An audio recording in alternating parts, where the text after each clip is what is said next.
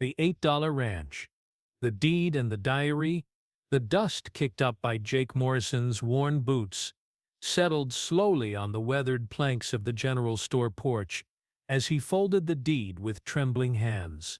$8, that's all it had cost him to buy the Broken Arrow Ranch, 300 acres of Montana wilderness that the previous owner had abandoned after a harsh winter claimed his cattle and his hope. The year was 1887, and fortunes were made and lost faster than a summer thunderstorm in these parts. Jake stuffed the precious document into his vest pocket, right next to the last letter from his brother back in Pennsylvania, the letter that had brought him west with nothing but $23, a Winchester rifle and dreams bigger than the endless sky above. Now, with $15 left to his name, he owned more land than his family had ever imagined possible. The ride to the ranch took him through rolling hills, dotted with sagebrush and the occasional stand of cottonwoods, marking where a creek wound its way toward the distant mountain. The Rockies rose like ancient sentinels against the horizon, their snow-capped peaks catching the afternoon light. Jake had never seen country so vast,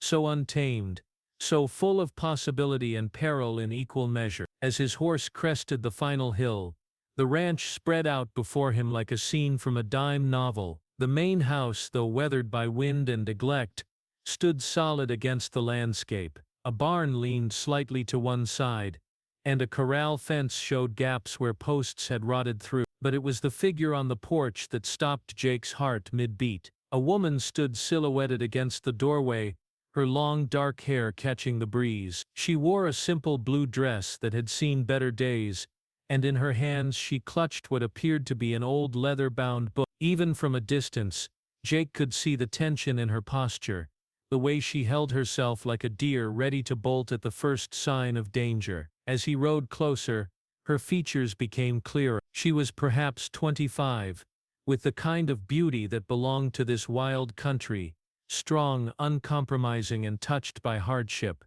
Her dark eyes watched his approach with a mixture of weariness and something else he couldn't quite identify. Hope, perhaps, or maybe desperation. "You'd be the new owner, I reckon," she called out when he was still 50 yards away. Her voice carried clearly in the thin mountain air, tinged with an accent he couldn't place. Not quite southern, not quite eastern, but something in between. Jake reined in his horse at the edge of the yard, and touched the brim of his hat. "Yes, ma'am. Jake Morrison. I just bought this place from the bank in town." He paused, studying her face. "I wasn't expecting to find anyone here." The woman's grip tightened on the book in her hand. "Name's Bella Cartwright. My grandfather built this place 20 years ago, before the railroad came through, before everything changed." She lifted her chin defiantly.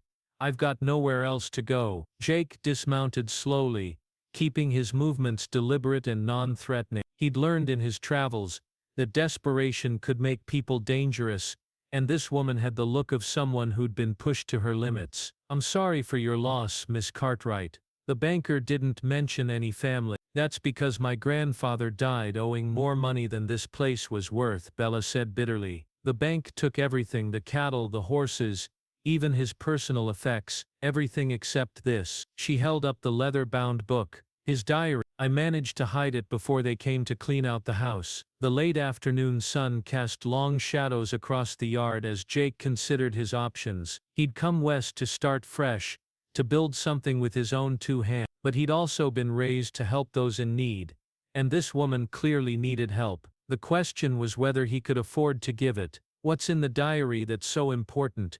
he asked, genuinely curious. Bella's eyes flashed with something between anger and excitement. "Everything," she said simply. "The location of the best water sources, which pastures hold up in drought years, where the winter shelters are. But more than that." She paused, as if deciding whether to trust him. "My grandfather was convinced there was silver on this land. He spent his last years looking for it, mapping every creek and canyon. It's all in here." Jake felt his pulse quicken. Silver could change everything. It could turn his $8 gamble into a fortune that would set him up for life. But it could also be the desperate fantasy of a broken old man who'd lost everything to the harsh realities of frontier life. "Even if there is silver," Jake said carefully, I don't have the money to hire miners or buy equipment. I spent almost everything I had just getting here. Bella stepped closer, and Jake caught the scent of lavender soap, mixed with wood smoke. I'm not asking you to hire anyone, she said. I'm asking you to let me stay. I know this land better than anyone alive. I can cook, I can work cattle, and I can read my grandfather's map. In exchange, I'll help you find what he was looking for. The proposition hung in the air between them like smoke from a campfire. Jake studied her face, looking for signs of deception or desperation that might cloud her judgment. What he saw instead was intelligence, determination, and a strength that reminded him of his own mother, who'd raised 5 children on a hard-scrabble farm while his father worked the coal mines. I can't pay you, he said finally, at least, not until we get this place running again. I'm not asking for pay, Bella replied. I'm asking for a chance to prove that my grandfather wasn't just a crazy old man chasing fool's gold, a chance to save the only home I've ever known. As the sun dipped lower toward the mountains, painting the sky in shades of orange and purple, Jake made his decision. It might be the smartest thing he'd ever done, or it might be the biggest mistake of his life, but something about this woman, about the way she held that diary like it contained the secrets of the universe, convinced him to take the gamble. All right, Miss Cartwright, he said, extending his hand. Partners it is, but I want to see what's in that diary before we shake on. Bella's face broke into the first genuine smile he'd seen from her, transforming her features from merely pretty to genuinely beautiful. Call me Bella,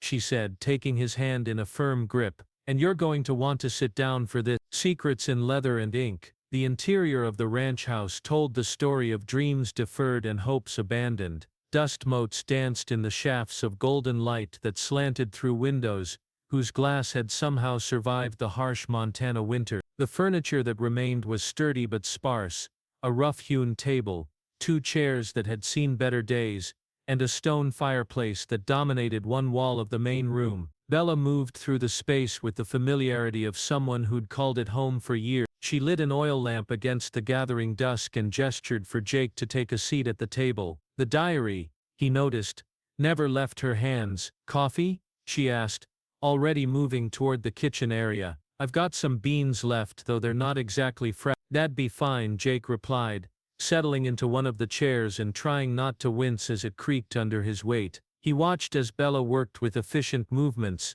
grinding beans in a hand crank mill and stoking the fire in the cast iron stove. There was something comforting about the domestic routine, a reminder that civilization could exist even in this remote corner of the territory. When the coffee was brewing, Bella finally sat across from him and placed the diary on the table between them. In the lamplight, Jake could see that the leather cover was worn smooth by countless hands, the binding held together with what looked like rawhide strips. The brass corners were green with age, and the whole thing had the appearance of something that had been treasured and protected for years. Before I show you this, Bella said, her voice taking on a serious tone, I need you to understand what kind of man my grandfather was. Thomas Cartwright wasn't some wild-eyed prospector chasing fantasies. He was a surveyor before he came west, worked on railroad lines back in Ohio. He knew how to read land, how to see what others missed. She opened the diary carefully, revealing pages covered in a neat, precise handwriting interspersed with detailed sketches and maps. Jake leaned forward, immediately struck by the quality of the work. These weren't the rough scrawlings of an uneducated frontiersman, but the careful observations of a trained professional. He started this diary the day he claimed this land, Bella continued, turning to the first entry. Listen to this.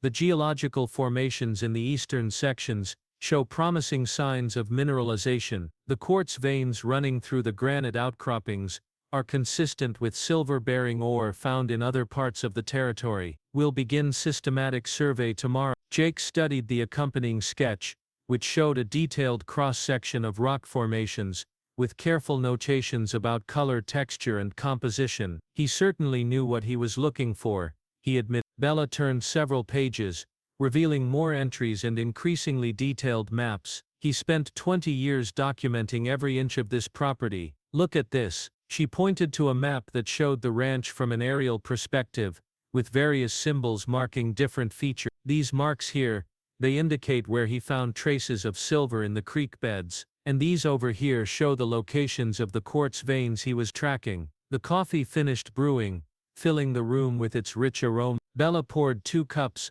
and returned to the table, never taking her eyes off the diary. But the real treasure is in the later entries. The last 5 years of his life, he was convinced he'd found the main vein. He just couldn't afford to dig deep enough to prove it. She flipped to a section near the back of the diary, where the handwriting became more urgent, more excited. December 3, 1885, she read aloud.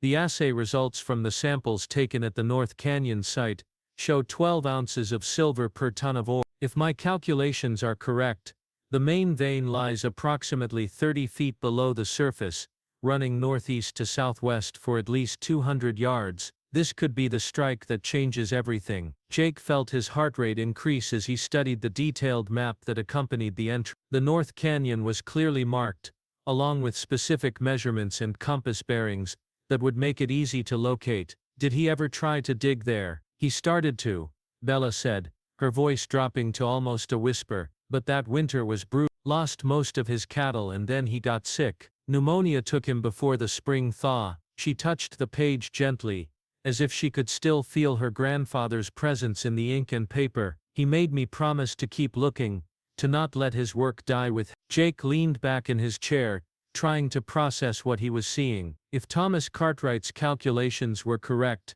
there could be a fortune buried beneath the rocky soil of the North Canyon. But if he was wrong, Jake could waste what little money he had left chasing a dead man's dream. What about the bank? He asked. Surely they knew about his prospecting activities. Bella's expression darkened.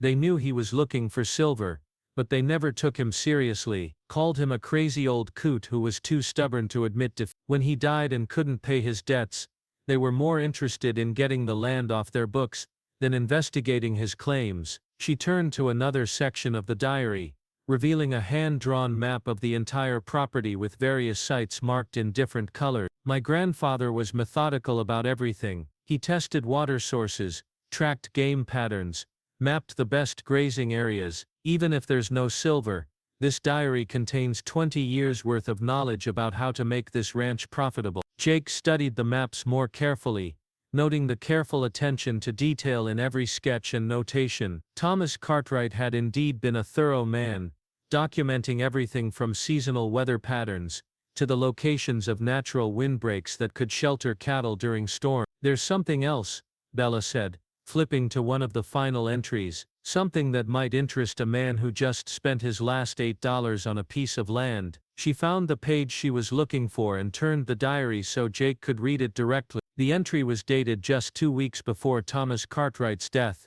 The railroad survey team came through again today, asking more questions about the eastern boundary. They're planning a spur line to connect the mining operations in the mountains with the main line. If they route it through the eastern section of the property, the right-of-way payments alone could be worth more than the ranch itself. Jake looked up from the diary to find Bella watching him intently. A railroad spur. My grandfather was convinced they'd have to come through our land, she said. The geography doesn't give them many options. The eastern section has the most level ground and the easiest grade for laying tracks. If he was right, the railroad company would have to pay handsomely for the right to cross the property. The implications hit Jake like a physical blow. Railroad right-of-way payments could provide the steady income needed to develop the ranch, and possibly fund the excavation work needed to prove or disprove the silver claims. It was a double opportunity that could transform his $8 gamble into something truly significant. When was the last time you saw railroad surveyors?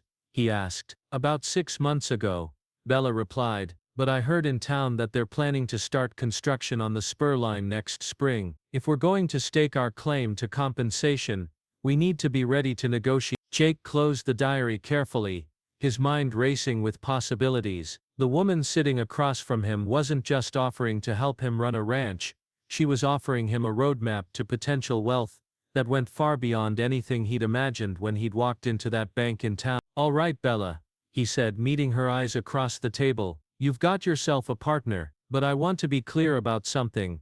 We're equal partners in whatever we find or whatever we build here. I may have bought the land, but you're bringing knowledge that's worth more than $8. Bella's smile was radiant in the lamplight.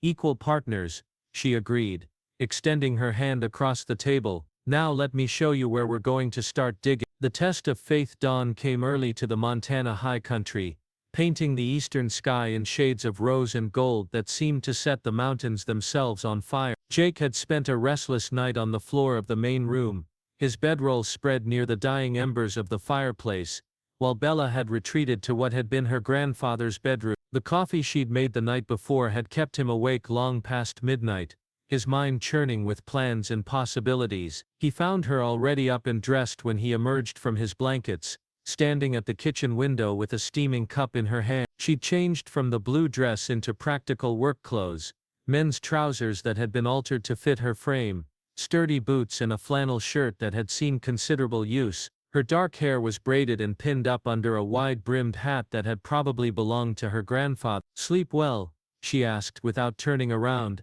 a hint of amusement in her voice. "Well enough," Jake lied, rolling up his bedroll and trying to work the kinks out of his back. "What's the plan for today?" Bella turned from the window, and Jake was struck again by the determination in her dark eyes. "First, we ride the boundaries so you can see what you actually bought. Then we visit the North Canyon and I'll show you where my grandfather was planning to dig. After that we start making this place livable again." They saddled their horses as the sun climbed higher, Jake on the sturdy bay gelding he'd ridden from town, and Bella on a paint mare that had somehow escaped the bank's seizure of the ranch's assets. The mare was clearly well-trained and responsive, moving with the kind of easy grace that spoke of years of partnership between horse and rider. The tour of the property took most of the morning, and with each mile they covered, Jake's appreciation for his $8 investment grew. The land was more diverse than he'd realized from his initial approach, rolling grasslands perfect for grazing, wooded areas that could provide timber and shelter,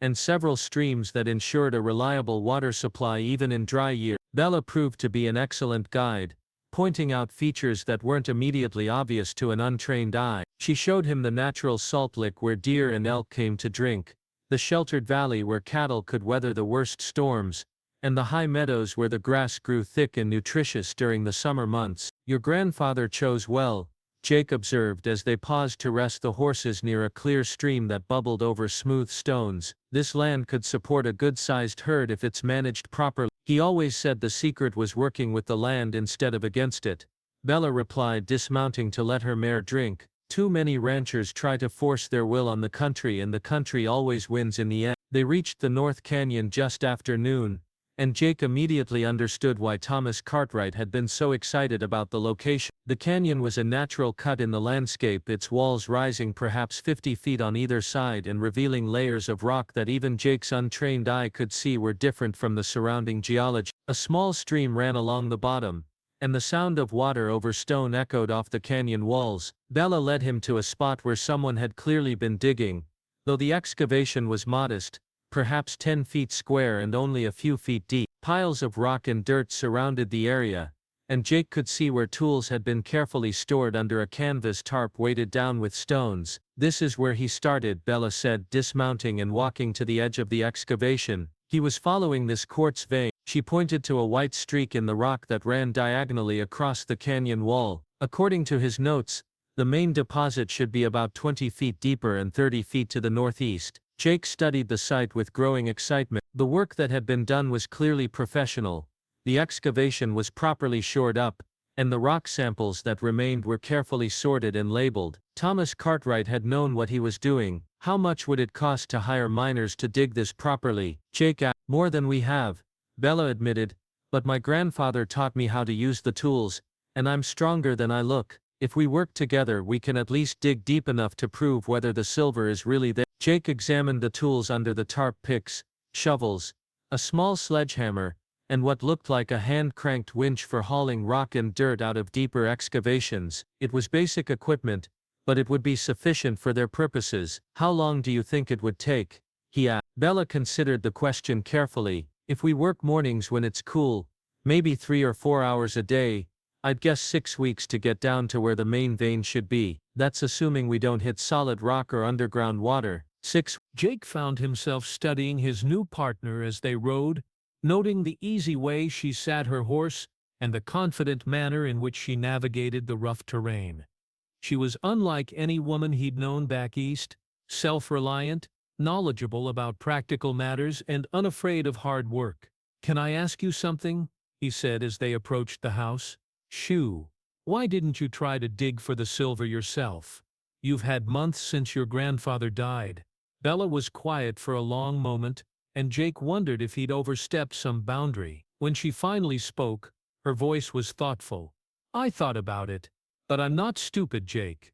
A woman alone out here, especially one who might be sitting on a fortune, would be asking for trouble. There are men in these parts who wouldn't hesitate to run me off or worse if they thought there was money involved." The honesty of her answer hit Jake harder than he'd expected. He'd been thinking about the opportunity she represented, but he hadn't fully considered the vulnerability of her position. A woman alone on the frontier faced dangers that went far beyond the usual hardships of ranch life. "Well," he said finally, "you're not alone anymore." That evening they sat on the porch as the stars emerged in the clear mountain sky. Bella had cooked a simple meal of beans and salt pork, and they'd shared a bottle of whiskey that Jake had been saving for a special occasion. The alcohol and the enormity of what they were planning had loosened their tongues, and they found themselves talking about their pasts, their dreams, and their fears. "I never thought I'd be a miner," Jake admitted, watching the distant lights of a town twinkling in the valley below. "I came west to raise cattle, maybe start a family someday. And I never thought I'd be partners with a stranger who bought my home for $8. Bella replied with a laugh. "But here we are, Jake agreed, raising his glass in a toast. "To $8 fortunes and crazy old men who might have been right all along." "To new beginnings," Bella countered, touching her glass to his. As they drank, Jake felt a sense of rightness about the whole situation that went beyond mere business partnership. Whether they found silver or not, whether the railroad came through or not, he had the feeling that buying this ranch for $8 was going to change his life in ways he couldn't yet imagine. The question was whether the change would make him rich, or simply make him a different kind of man altogether. Digging for dreams 3 weeks into their excavation, Jake's hands were a map of calluses and cuts, and his back ached with a persistence that no amount of stretching could relieve. The work was harder than anything he'd done in his life, but it was also strangely satisfying. Each day brought them deeper into the earth, following the white quartz vein that Thomas Cartwright had marked in his careful diagrams. The routine they'd established was simple but effective. They rose before dawn, shared a quick breakfast of coffee and whatever Bella could prepare from their dwindling supplies, then worked in the canyon until the heat became unbearable around noon. Afternoons were spent on ranch maintenance, repairing fences, clearing brush, and slowly making the property habitable again. Bella had proven to be as strong and capable as she'd claimed. She could swing a pick with surprising force, and her knowledge of proper mining techniques had probably saved them from several cave-ins. More importantly, she never complained about the back-breaking labor or the slow progress they were making. "Hand me that chisel," she called from the bottom of their excavation, which was now nearly 15 feet deep and carefully shored up with timber they'd cut from the surrounding hills. "I think I see something different in this rock." Jake lowered the tool on a rope, then climbed down the wooden ladder they'd constructed to reach the bottom of the dig. The space was cramped, barely large enough for 2 people to work, and the walls pressed in around them like the inside of a grave. But the quartz vein was clearly visible now, a white streak running through the darker rock at an angle that matched Thomas Cartwright's predictions exactly. "Look at this," Bella said, pointing to a section of rock where the quartz was shot through with darker veins. "See how the color changes here? And feel the weight of this piece." Jake took the rock sample she handed him, immediately noticing that it was heavier than the surrounding stone. In the dim light filtering down from above, he could see flecks of something metallic embedded in the quartz matrix. His heart began to race. "Is that?"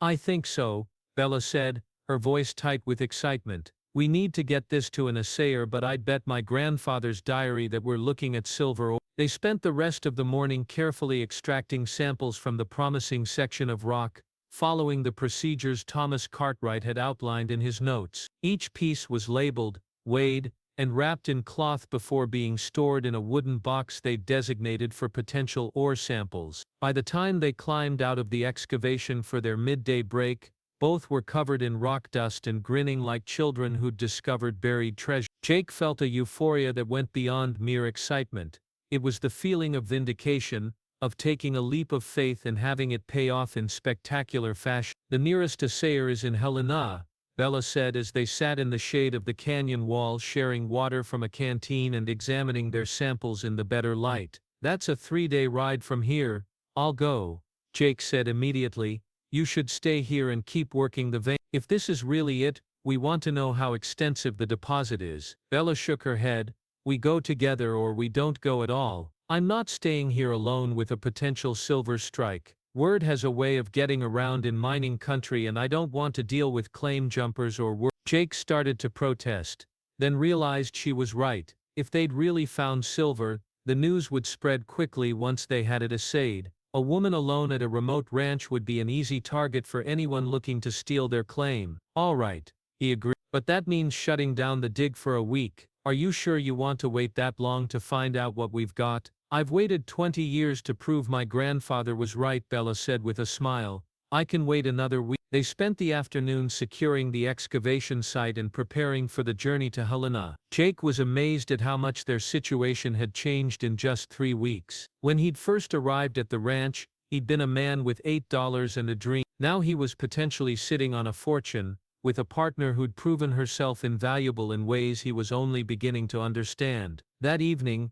as they sat on the porch planning their trip, a rider appeared on the horizon. Jake's hand moved instinctively to the rifle propped against the wall, but Bella placed a restraining hand on his arm. I know him, she said. That's Tom Bradley from the neighboring ranch. He's harmless. The rider approached slowly, his hands visible and his posture non-threatening. He was a man in his 50s, weathered by years of frontier life, with the careful eyes of someone who'd learned to be cautious in his dealings with strangers. Evening, Bella, he called as he reined in his horse at the edge of the yard. Heard you had a new neighbor. Tom, this is Jake Morrison, Bella said, rising from her chair. Jake, Tom Bradley runs the Circle B about 10 miles south of here. Jake stood and walked to the edge of the porch, extending his hand. Pleased to meet you, Mr. Bradley. The older man dismounted and shook Jake's hand with a firm grip. Likewise, I knew Thomas Cartwright well. He was a good neighbor and a good man. I'm sorry for your loss, Bella. Thank you, Bella replied. Jake bought the ranch from the bank. We're working together to get it running again. Bradley's eyes moved between them, and Jake could see the questions forming. In a place where neighbors were few and far between, any change in the local population was significant news. That's good to hear, Bradley said diplomatically. This country's hard on folks who try to go it alone. You planning to run cattle?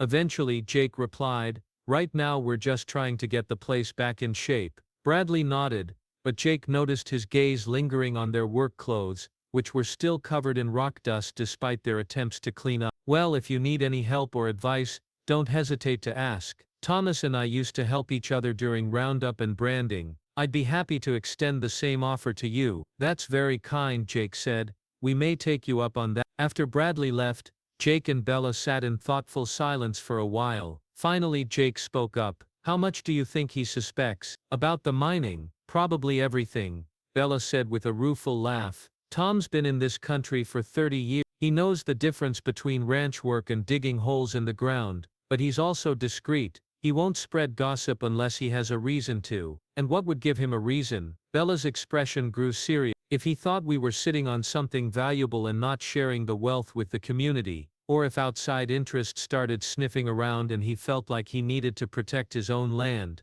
Jake pondered this as he watched the last light fade from the western sky. The isolation that had seemed like such an advantage when he'd bought the ranch was beginning to feel more like vulnerability. If they'd really found silver, they'd need to be very careful about how they handled the discovery. We'll deal with that when we have to, he said finally. Right now let's focus on finding out what we've actually got. The next morning, they loaded their samples and supplies and set out for Helena. The journey would take them through some of the most beautiful country Jake had ever seen, but also some of the most dangerous. The territory was still largely untamed, with threats ranging from hostile weather to bandits who preyed on travelers carrying valuables. As they rode away from the ranch, Jake found himself looking back at the small house and outbuildings that had become his home. 3 weeks ago, he'd been a stranger with nothing but hope and determination. Now he was leaving as half owner of a potential fortune, with a partner who'd proven herself in ways that went far beyond business. The question was whether they'd return as wealthy partners,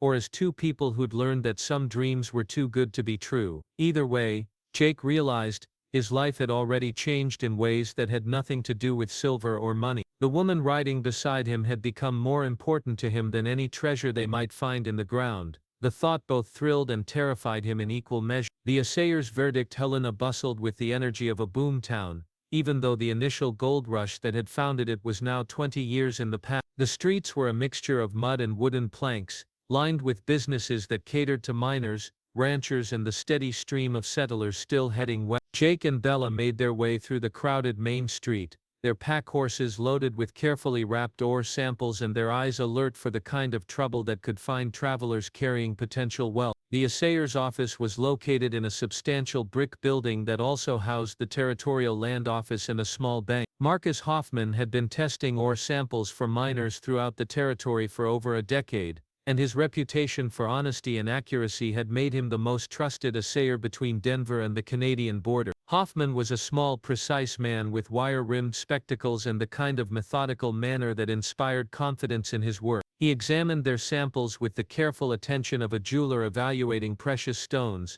using a magnifying glass to study the metallic veins in the quartz matrix. "Interesting specimens," he said after his initial examination. "Where did you say these came from?" "A small claim north of here," Jake replied carefully. He and Bella had agreed to be vague about the exact location until they knew what they were dealing with. Hoffman nodded, understanding the need for discretion in mining matters. "I'll need to run a full assay to give you accurate number. That'll take about 2 days and cost you $10. Jake felt his stomach tighten at the expense, but he knew they had to have reliable information. "How long have you been doing this, Mr. Hoffman?" 15 years, the assayer replied. "I've seen everything from worthless pyrite that fooled greenhorn prospectors to ore that ran 1,000 ounces to the ton. I can tell you right now that what you've brought me isn't fool's gold." The 2 days of waiting were among the longest of Jake's life. He and Bella took rooms at a modest hotel, and tried to occupy themselves with purchasing supplies and gathering information about mining operations in the territory.